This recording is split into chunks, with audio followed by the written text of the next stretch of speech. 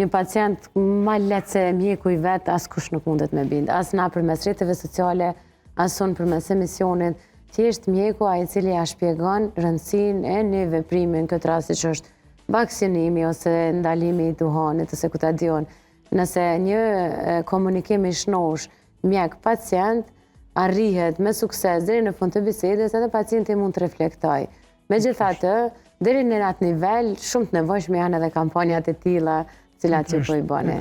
Unë në bazë të praktikës, në bazë të përvojës, në bazë të rekomandimeve, burimet më të besueshme janë profesionistë shëndetësor. Absolutisht. Këtë aspekt vjen edhe këshillat për me vaksinu fëmijët me kohë, sipas kalendarit, vinë këshillat për me të mos duhanin, vinë këshillat se si me parandalu apo çfarë veprimi të bëjmë kur dalim në ambiente ku është ndotja e ajrit, apo se cilat janë praktikat, çfarë ushqimi me përdor.